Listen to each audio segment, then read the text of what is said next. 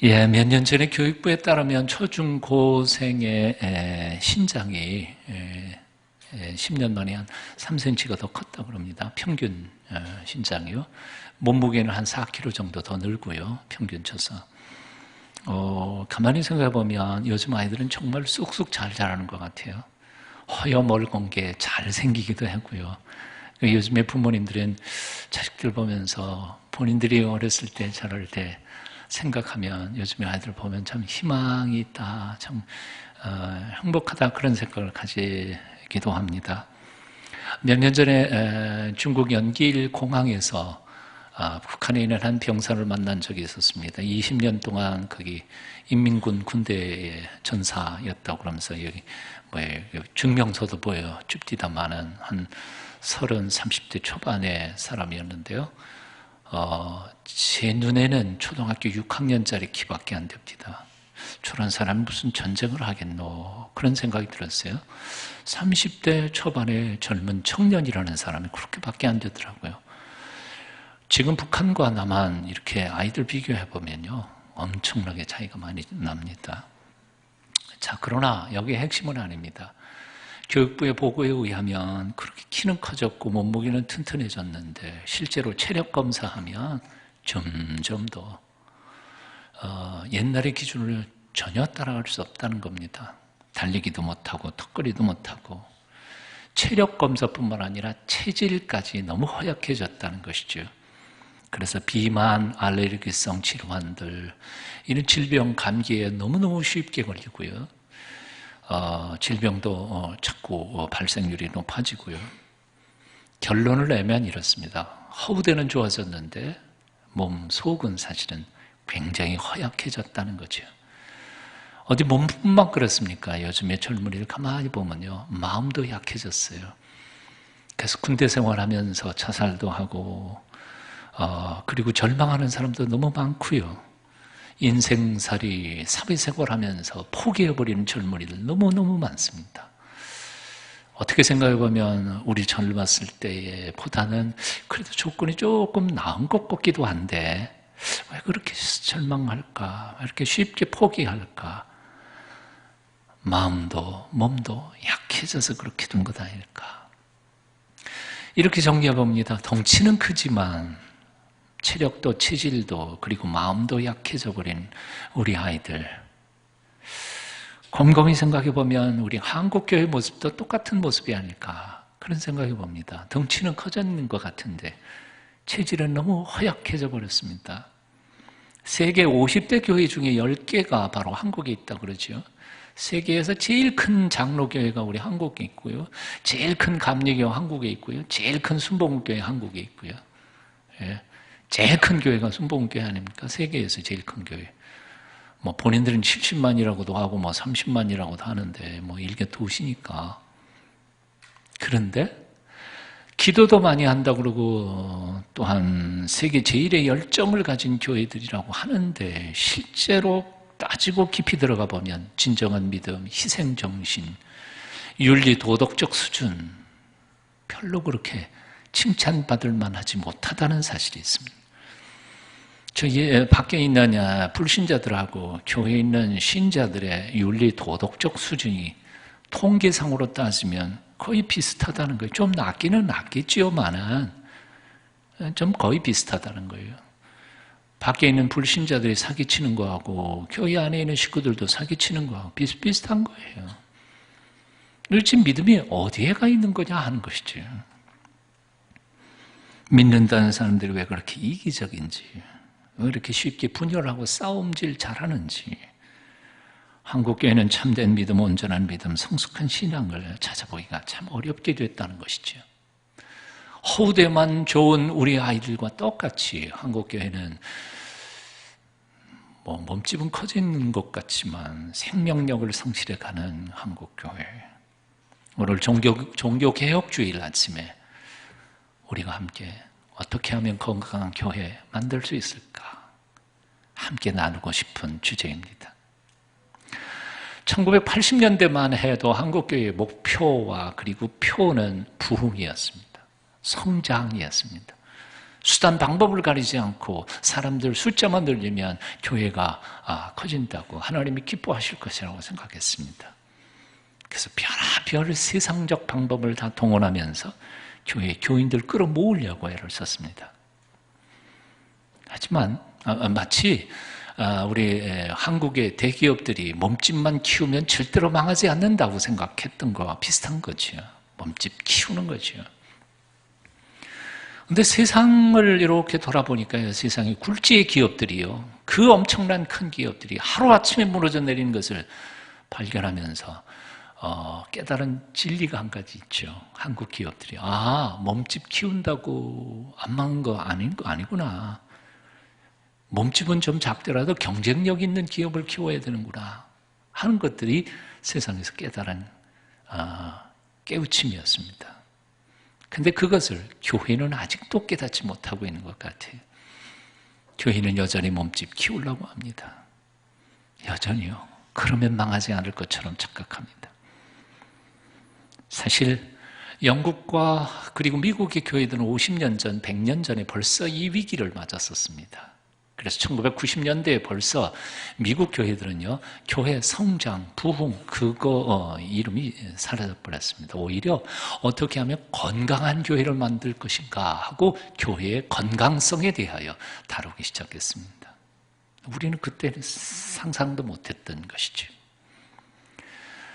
여러분 아시는 것처럼 LA의 세들백 교회에 릭 워런이라고 하는 사람이 그때 예언처럼 한 말이 있었습니다.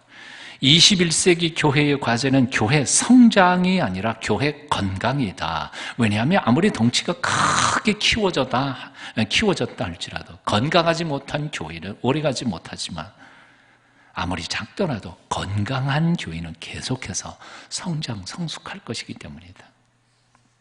옳은 말입니다. 무조건 큰 것이 중요한 게 아닙니다. 작더라도 생명력이 있는 교회가 중요한 것이지. 무조건 숫자만 많은 것이 중요한 것이 아닙니다. 작더라도 살아있는 사람들이 모이는 게 그게 중요한 것이지. 시체를 3만 구를 모아놓아 보세요. 무슨 일이 생길 것 같아요? 너무 긴장을 하셨나 갑자기 시체 3만 구 그래서 아무 일도 안 생겨요. 푹푹 썩는 냄새만 나요. 하지만 예수 그리스도 그 십자가 사랑을 친히 경험하고 순간순간 하늘로부터 내리시는 하나님의 은혜와 지혜를 받아 누리면서 세상과 싸워 이길 수 있는 훈련된 신앙인들 단 10명만 있어도 그 공동체는 확 뒤집어지고요. 그들이 속한 사회는 따뜻하고 아름다운 세상으로 바뀌어갈 줄로 믿습니다. 중요한 건 숫자가 아니에요. 미디안 군사 22만 명을 물리친 것은 기드온 300명의 용사였습니다. 살인 기계로 훈련되었던 골리앗을 쳐부순 것은 소년 다윗이었습니다. 하나님에게는 숫자가 중요하지 않습니다. 키가 중요하지 않습니다. 나이가 중요하지 않습니다. 얼마나 훈련 잘 받았나, 재능이나 인기나 권력이 중요하지 않습니다. 얼만큼 하나님의 손에 붙잡힌 바 된 헌신된 일꾼인가, 그게 중요할 뿐입니다. 이번 노회를 치른 무학교회, 그 교회 목사님, 이제 노회장 되셨죠.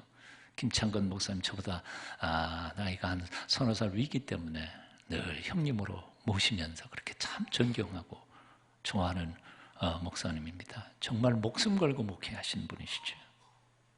이번에도 노회하면서 내 눈에 딱 띄인 게 하나 있어요. 그 무학교회 벽에 뭐라고 써 있는지 아세요? 99%의 헌신자 100명보다 100%의 헌신자 1명이 더 많은 일을 한다. 아멘도 없네요. 나는 정말 감동을 먹었는데, 흔히들 우리는 1% 부족하다 그런 말들을 하잖아요. 근데 1% 부족하면 아무것도 아닌 것 같아요. 뭐 1%밖에 안 부족한 건데. 근데 그 1% 부족이 망하는 거예요. 물은 몇 도씨에 오릅니까? 몇 도씨에 끓습니까? 100도에 해야 돼요. 99도 안 끓어요. 1도 차인데도 안 끓어요. 99%의 헌신자 100명보다는 100%의 헌신자, 목숨 걸고 헌신한 한 명이 100명을 능히 당하고도 이긴다는 거죠. 와, 이번에도 또 도전받았어요. 김창훈 목사님한테. 몸집만 큰 공룡기업은 살아남기 어렵습니다. 오히려 급변하는 세파에 잘 적응하는 몸집은 작지만 생명력 있는 벤처기업들은 살아남을 것입니다. 교회도 마찬가지입니다. 덩치 큰 것을 자랑하며 변할 줄 모르는 교회는 반드시 망하게 되어 있습니다. 작지만 영성이 깨어있고 온전한 믿음으로 훈련받는 교회는 반드시 세상을 바꿀 것입니다. 우리 교회 크다고 생각해요? 작다고 생각해요? 예, 크지도 작지도 않은 교회. 보는 관점에 따라서요. 30만 명, 3만 명 교회에 비하면 뭐 조그만 교회예요. 우리 교회 큰 교회 아니에요. 큰 교회 아니에요. 하지만 한국 교회 대부분이 300명에서 500명의 교회가 92%입니다. 2,000명 넘어가는 교회가 한국 교회 3%도 안 됩니다. 우리 교회는 그래도 3% 안에 드는 큰 교회에 속해요.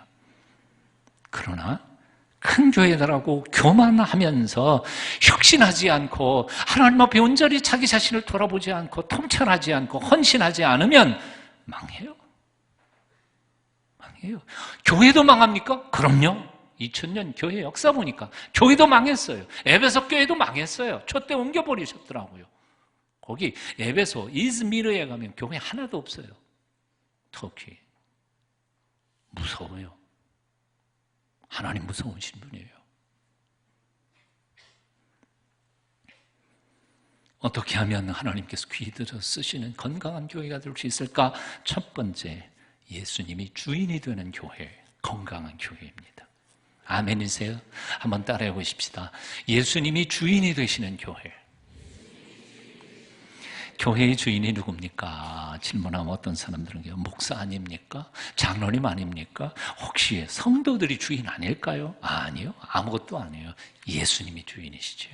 예수님의 보혈의 피로 값주고 사신 100% 하나님의 것이 하나님의 교회죠. 내가 헌금 내어서 지었다고 내 교회 아닙니다. 내가 목회한답시고 내 교회 아닙니다.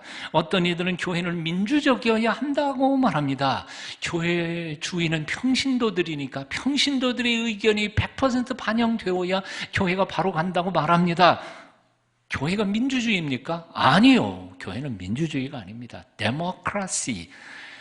대중이 원하는 대로 가는 것, 그게 진정한 건강한 교회 아닙니다. 만일 100명 교인 중에서 99명이 오늘부터 하나님은 안 계신다. 그리고 가기로 해서 투표 결정하면 하나님 안 계시는 겁니까? 아니에요. 진리는 투표가 아니에요. 민주주의가 아니에요.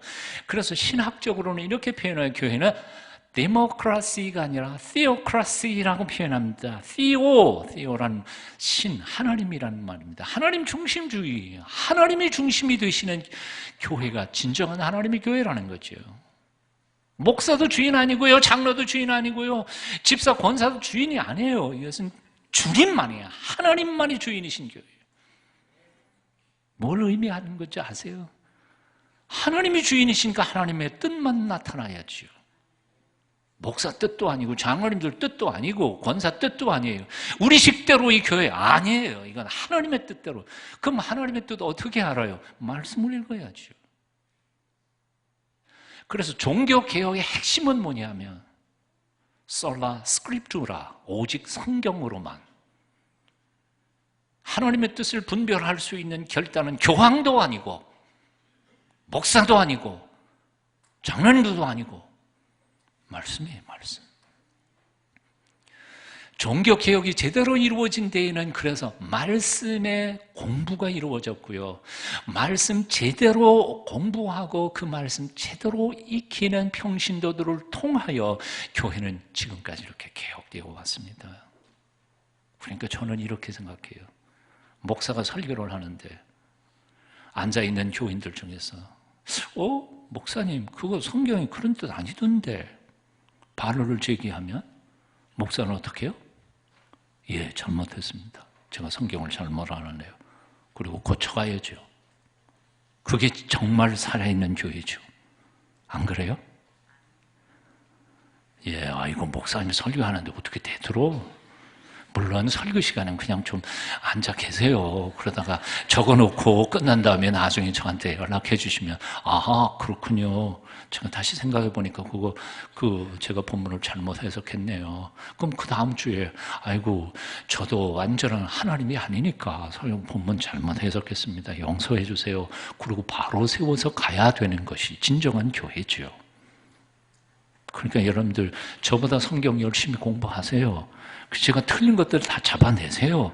저도 고쳐가면서 배워가면서 하겠습니다. 하지만 어떤 교회들은요, 성경 말씀, 주님의 말씀이 최고의 권위를 가진 게 아니라 상식이 최고의 권위를 가져요.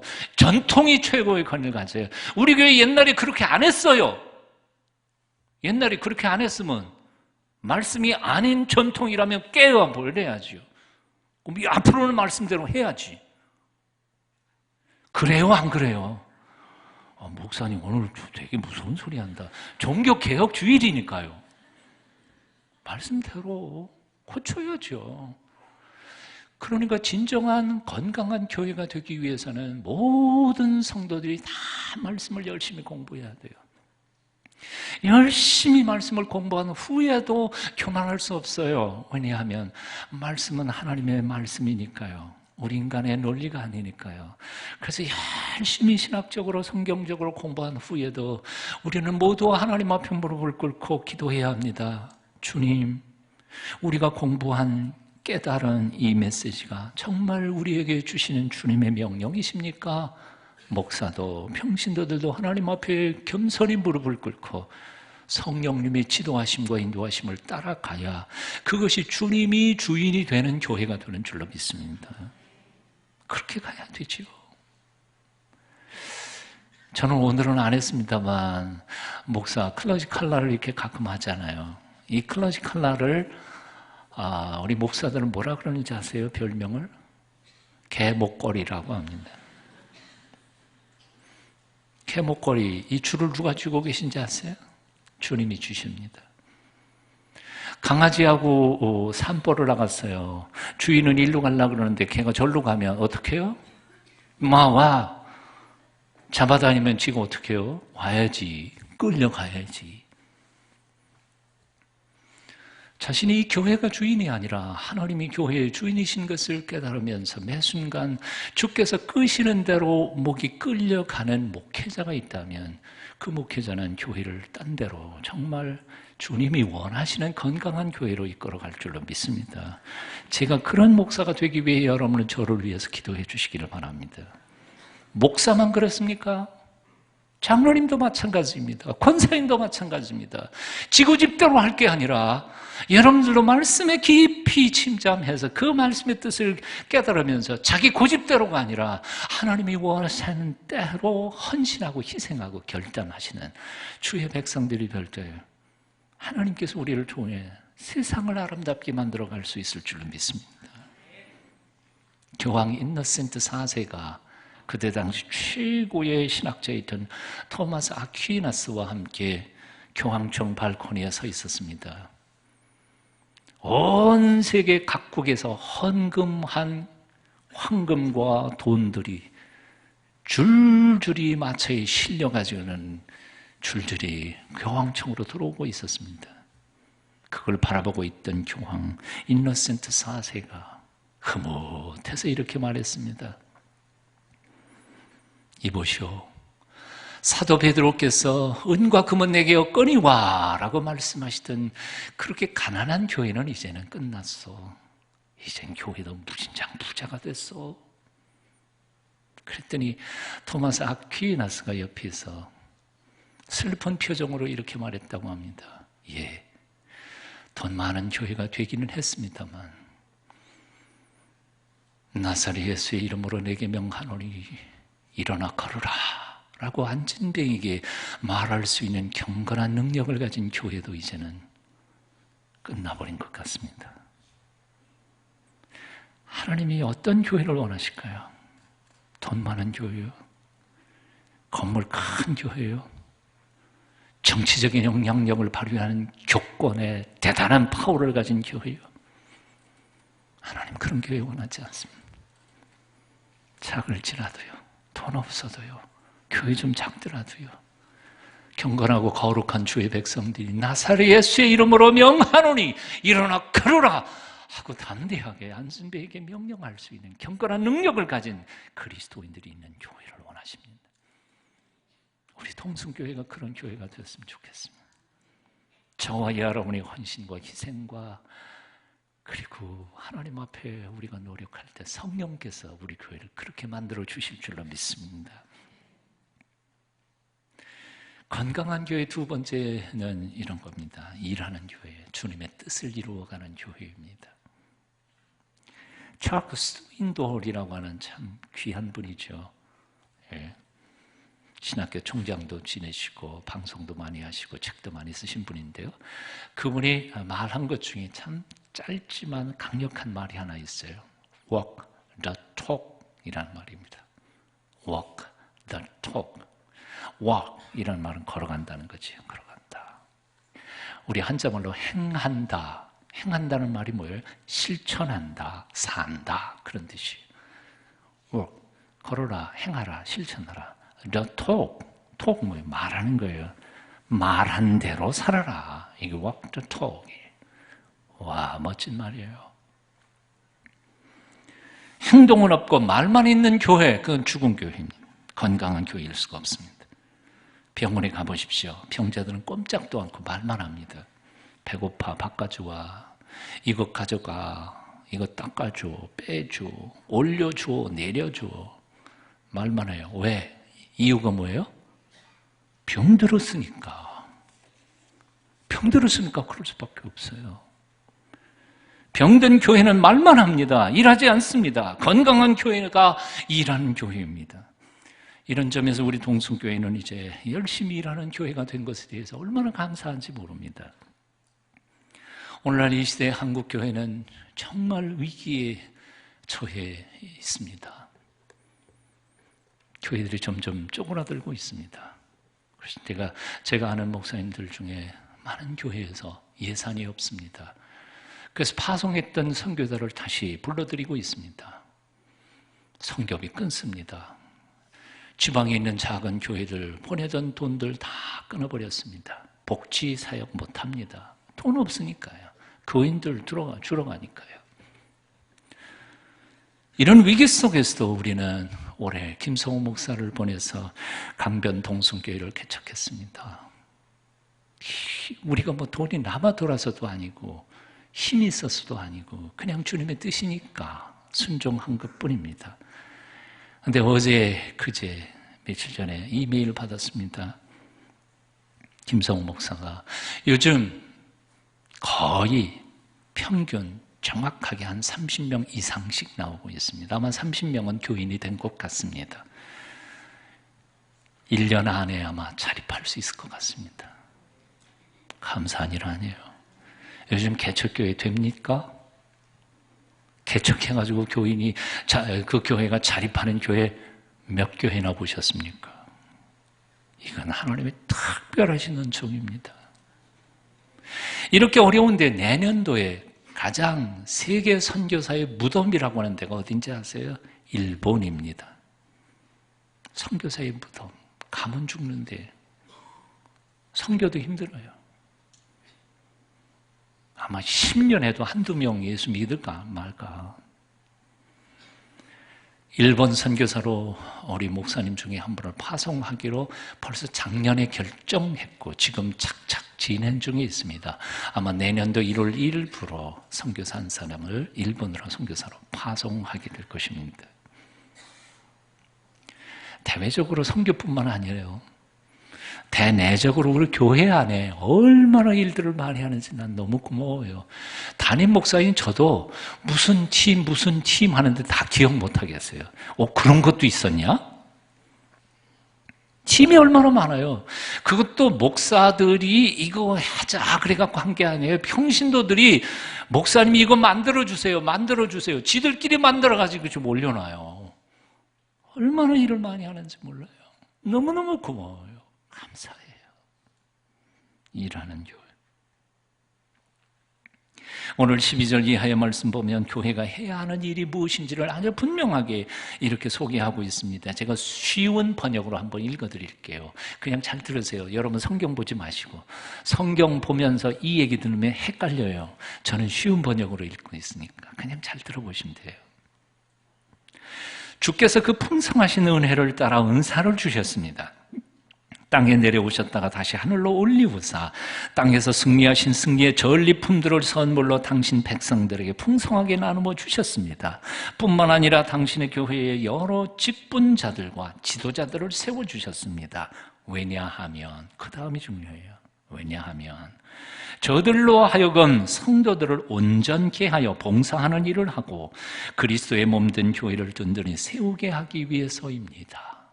하나님이 교회의 목사를 세웠습니다. 장로님을 세웠습니다. 권사들, 안수집사를 세웠습니다. 이유가 뭐예요? 딱 하나예요. 평신도들을 잘 훈련시켜서 교회 안에서, 교회 밖에서 봉사자로 만들게 하기 위해서입니다. 중요한 거예요. 장로 계급장 아니에요. 권사 계급장 아니에요. 목사 계급장 아니에요. 해야 할 일이 뭐예요? 오늘 처음 오신 새 가족이라도 붙잡고 평신도들로 하여금 믿음을 잘 굳게 세워서 교회 안에서, 교회 밖에서, 세상 속에서 기꺼이 남들을 섬기는 봉사자로 훈련시켜서 내보내는 거예요. 다시 말하면 건강한 교회란 지도자들은 성도들을 온전케 하기 위해서 자신을 희생하고 성도들은 또 남에게 봉사하는 일을 하기 위해서 희생하는 교회가 건강한 교회입니다. 그래서 존 칼빈은 교회를 신자의 훈련소라고 불렀습니다. 예수 그리스도의 보배로운 피로 값주고 사신 교회예요. 본질적으로 사랑 안에서, 그래서 모두 남을 위하여 섬기는 봉사자들로 길림을 받는 곳, 이게 바로 교회입니다. 죽어 천당 가는 것만을 얘기하는 게 아니에요. 그냥 모였다가 놀고 먹는 교회는 죽은 교회입니다. 우리끼리 모여서 좋다 하는 교회는 진정한 참된 교회가 아닙니다. 그런 교회 교인들은 결코 건강한 신앙인도 아니고 건강한 인생, 행복한 인생을 살아갈 수도 없습니다. 농부 아들로 태어나 자동차 발명으로 새 대부호가 된 헨리 포드는 아주 지극히 검소했다고 합니다. 적당한 운동, 소식, 밥 조금 먹고 신선한 공기, 이것이 그의 건강의 비결이었다고 하는데, 몸은 좀 야위였지만 엄동설한에도 외투도 입지 않고 건강하게 살 수 있었다고 합니다. 오늘날 신문기자가 그 집을 찾아가가지고 그 건강의 비결을 물었다고 하지요. 헨리 포드가 자기 벽난로 위에 걸려있는 액자에 쓰여진 글씨를 가리켰습니다. 거기는 이렇게 써 있었다고 합니다. 내 손으로 장작을 패라. 그러면 이중으로 따뜻해질 것이다. 감동을 별로 안 받으시네요. 한번 따라해 보겠습니다. 내 손으로 장작을 패라. 그러면 이중으로 따뜻해질 것이다. 장작 패면서 땀 날 거고요. 떼면 더 더울 거고요. 어떻게 사는 것이 참으로 잘 사는 것일까? 내 몸 하나 치장하기 위해서 세상의 모든 물건을 소유하려고 하는 사람들이 있습니다. 내 몸 하나의 영광을 위해서 세상 모든 사람들을 굴복시켜야 직성이 풀리는 그런 인생을 살고 싶은 사람들도 있습니다. 그런 사람들이 진정으로 행복하게 살 수 있을까요? 그렇게 생각하지 않습니다. 내 몸 희생해서 누군가 행복해지고 누군가 나 때문에 얼굴에 미소가 지어질 수 있다면 그 사람은 정말 행복하게 인생을 살아갈 것이라고 믿습니다. 오늘날 이 시대에 위대한 사람이 필요하지 않습니다. 똑똑한 사람이 필요하지 않습니다. 오늘날 이 시대에는요, 남들이 보지 않는 자리에서 남들이 칭찬해 주지 않아도 자기 주어진 삶 속에서 최선을 다하여 남들을 섬길 줄 아는 사람, 그런 사람이 필요합니다. 오늘날 한국 사회에 꼭 필요한 사람은요, 말 잘 못하는 사람, 얼마나 말들을 다 잘하는지 몰라요. TV 인터뷰 마이크만 갖다 대면 뭐 일반 시민도 대통령만큼 지혜롭게 그냥 정치 문제 다 얘기해요. 말이 필요 없는 세상. 하나님께서 내게 주어진 삶 속에 주어진 것들 가지고 하나님께서 주어진 자리에서 내게 보내는 많은 사람들을 사랑하고 섬길 때 그를 통하여 세상은 좀 더 따뜻하고 아름다워질 줄로 믿습니다.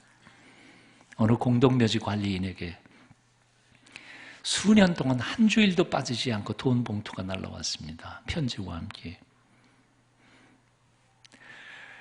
자기 죽은 아들의 무덤에 자기는 대신 갈 수 없으니까 꽃다발, 신선한 꽃다발을 갈아서 올려 다 주라고 매주 수년 동안 보내온 겁니다.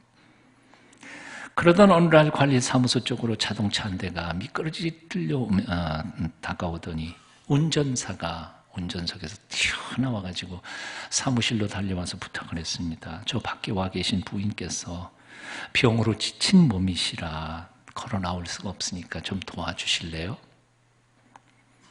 갔더니 차 안에 병색이 완연한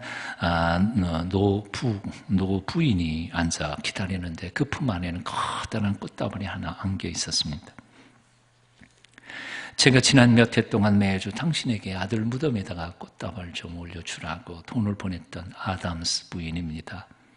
그런데 오늘은 제가 직접 왔습니다. 왜냐하면 의사 선생님이 제가 앞으로 몇 주일 더 못 살 것이라고 말했기 때문입니다. 잘 됐지요. 저는 더 이상 살아야 할 목표도 의미도 없는 사람이니까요. 죽기 전에 내 손으로 직접 아들에게 꽃을 놓아주고 가렵니다. 이야기를 듣던 관리인이 한참을 망설이다가 말문을 열었습니다. 부인, 저는 매주 꽃을 사라고 돈을 붙여주시는 것을 보고 그리고 꽃을 사다가 올려놓으면서 늘 유감스럽게 생각했습니다. 유감스럽다니요? 생각해 보십시오. 이곳 묘지에는 이 꽃의 향내를 맡을 수 있는 사람은 아무도 없습니다. 단 한 명도 없습니다. 왜? 죽었으니까요. 그런데 제가 매주 봉사활동을 하는 병원에는 정말 꽃을 좋아하는 수많은 환자들이 있는데 그들은 꽃을 볼 수도 있고 향내를 맡을 수도 있는 살아있는 사람들인데 그들은 돈이 없어서 꽃을 가질 수 없습니다. 불공평한 일이 아닙니까?